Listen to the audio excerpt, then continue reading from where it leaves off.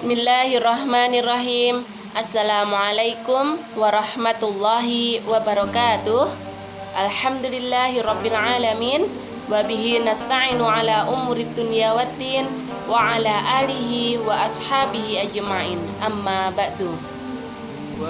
Apa kabar soleh-solehah kelas 5 yang Ustazah cintai karena Allah?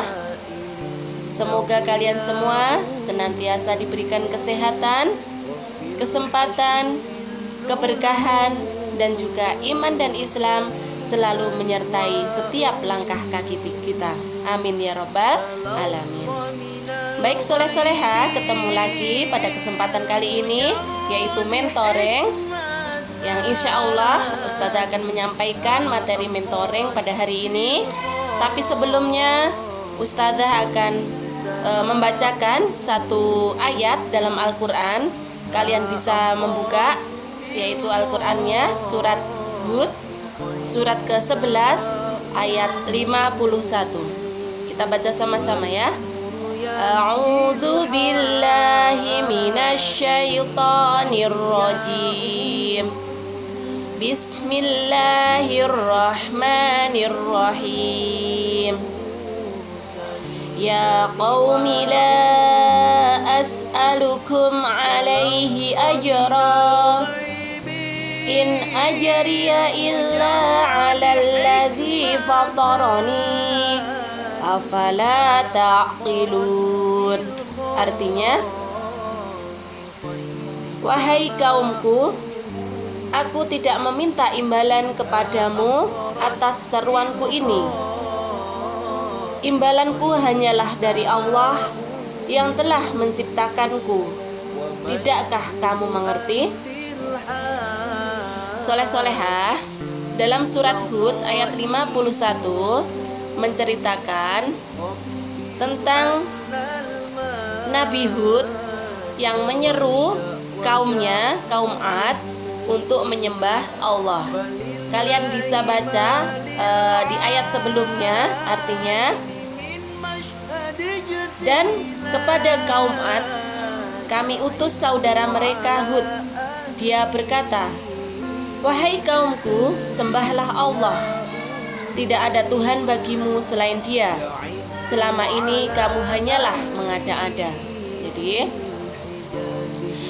Nabi Hud ini menyeru kaumnya, kaum Ad, untuk selalu menyembah Allah. Tetapi Nabi Hud tidak meminta imbalan apapun dari mereka atas seruannya, karena Nabi Hud hanya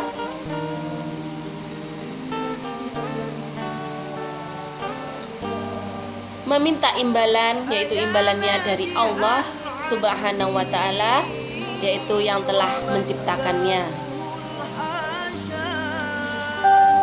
Jadi soleh-solehah,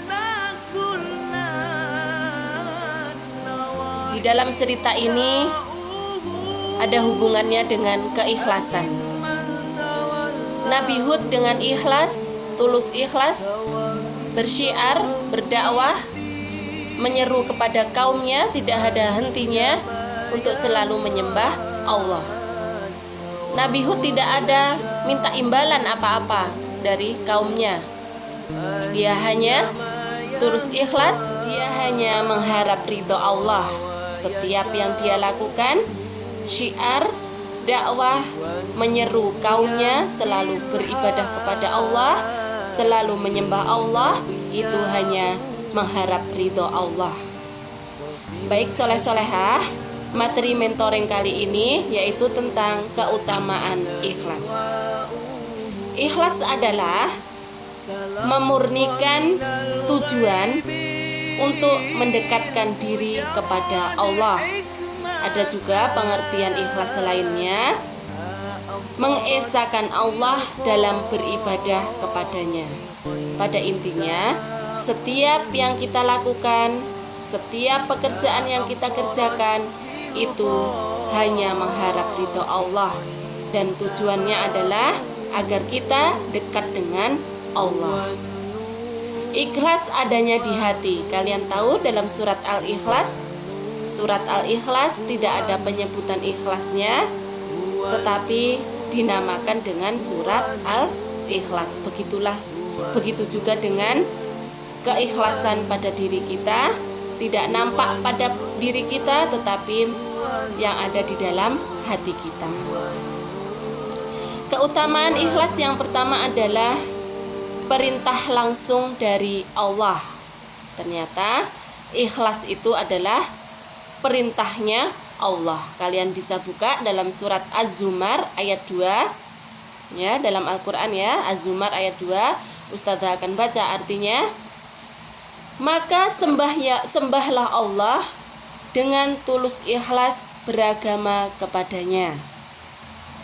Allah memerintahkan kepada hambanya untuk menjalankan ibadah dengan ikhlas, tidak mengharap imbalan atau jasa atau hal yang bersifat duniawi. Jadi perintah Allah dalam surat Az-Zumar yaitu Allah memerintahkan kepada kita semua agar menjalankan ibadah dengan ikhlas, tidak mengharapkan imbalan.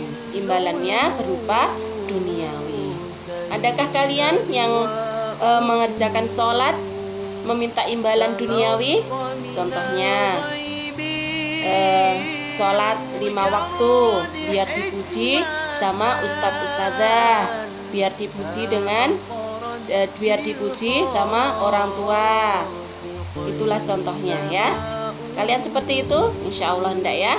Insya Allah kita semua mengerjakan segala sesuatu hanya karena Allah, ingin mendekat kepada Allah, karena itu adalah perintah langsung dari Allah. Kalau kita semua beriman, insya Allah kita selalu mengerjakan perintah Allah. Salah satunya yaitu ikhlas, karena ikhlas adalah perintah langsung dari Allah. Keutamaan yang kedua adalah syarat utama diterimanya ibadah. Ternyata agar ibadah kita diterima oleh Allah, syarat utamanya adalah keikhlasan. Seberapa sering kita beribadah, kalau tidak dilandasi dengan keikhlasan, itu bakal sia-sia. Seberapa banyaknya kita sholat tahajud, seberapa banyaknya kita sedekah, seberapa seringnya kita mengerjakan pekerjaan menolong orang ataupun yang lainnya, kalau tidak dilandasi dengan keikhlasan bakal sia-sia ya. Karena di dalam surat Al-Bayyinah, kalian bisa buka ya ayat 5. Kalian pasti sudah hafal. Ustazah akan baca artinya aja. Padahal mereka hanya diperintah menyembah Allah dengan ikhlas menaatinya semata-mata karena menjalankan agama, dan juga agar melaksanakan sholat, menunaikan zakat, dan yang demikian itulah agama yang lurus. Inna sholati wa nusuki wa mahyaya wa mamati lillahi rabbil alamin. Sesungguhnya sholatku, ibadahku, hidupku, dan matiku hanyalah untuk Allah, Tuhan semesta alam. Allah tidak menghitung, tadi Ustazah sudah nyampaikan, Allah tidak menghitung seberapa banyak atau seberapa sering hambanya beramal, melainkan Allah melihat dari seberapa dalamnya keikhlasan hambanya dalam beribadah. Keutamaan yang ketiga adalah cermin hati manusia. Ternyata keikhlasan itu adalah cermin dari hati manusia. Dari Abu Hurairah radhiyallahu anhu, Rasulullah shallallahu alaihi wasallam bersabda, sesungguhnya Allah tidak memandang kepada rupa kalian, juga tidak kepada harta kalian. akan tetapi Dia melihat hati dan amal kalian. Dalam hadis ini diterangkan bahwa Allah tidak memandang cantik, ganteng, atau jeleknya rupa kita, ataupun kaya, miskin, ataupun banyak harta yang kita miliki. Tetapi apa yang Allah lihat? Yaitu Allah melihat hati kita dan amal kebajikan kita, amal kita selama di dunia, selagi amal itu dilandasi dengan keikhlasan. Sebanyak harta kita, sesering ataupun secantik wajah kita, itu hanya dunia semata, ya. Allah menciptakan makhluknya, ada yang cantik, ada yang jelek, ada yang ganteng, ada yang kaya, ada yang miskin. Itu semua tidak penting karena Allah tidak melihat itu semua. Yang paling penting adalah Allah melihat semua amal kita selama di dunia dan amal kebajikan yang kita lakukan, karena yang kekal di akhirat hanyalah amal kebajikan. Kecantikan, kekayaan itu tidak kekal, ya, itu hanya dunia semata. Orang yang memiliki niat ikhlas akan mengerjakan sepenuh hati tanpa ada rasa malas, apalagi mencela urusan tersebut. Juga tidak memiliki rasa girang ketika dipuji dan rasa benci ketika dicela oleh manusia, sebab dia hanya ingin mendapat pandangan baik dari Allah. Jadi soleh-soleha, jika kita sudah memiliki niat ikhlas dengan sepenuh hati, itu kita melaksanakan ataupun mengerjakan sesuatu itu dengan semangat dan rasa senang. Sesuatu yang dilaksanakan dengan senang hati, dengan semangat, seberat apapun akan terasa ringan karena Allah membantu kita, karena kita sertai dengan keikhlasan.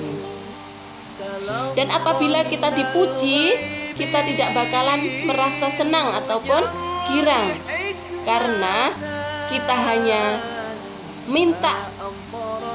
hanya mengharap dipuji oleh Allah. Kalau orang memuji kita, jangan sampai hati kita merasa senang. Kalau bahasanya sekarang adalah GR. Kalian tahu GR itu apa? Itu sebenarnya bahasa Jawa. GR itu adalah gede rumongso, besar perasaan, ya.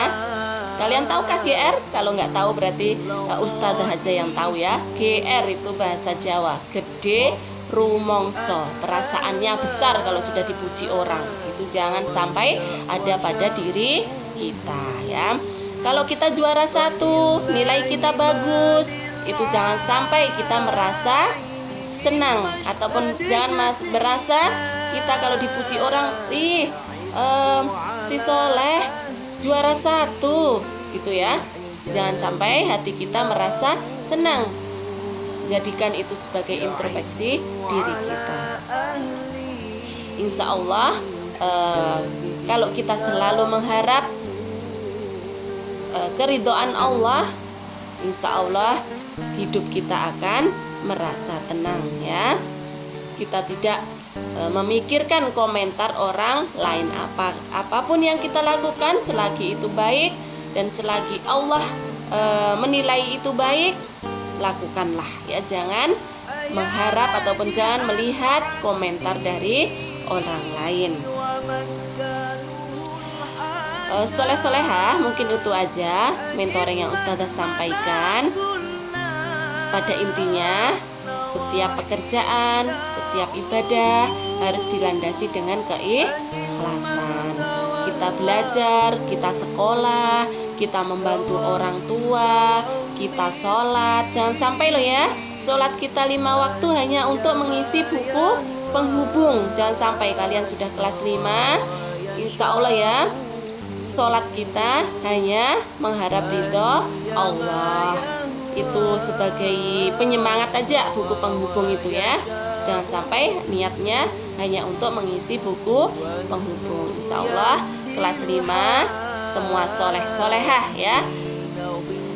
Baik soleh-solehah, semoga materi mentoring kali ini bisa kalian ambil pelajaran dan kalian terapkan pada kehidupan kalian sehari-hari. Ustadzah harapkan itu aja. Ustadzah akhiri. Ada kurang lebihnya Ustadzah mohon maaf karena masih banyak yang kurang dari Ustadzah.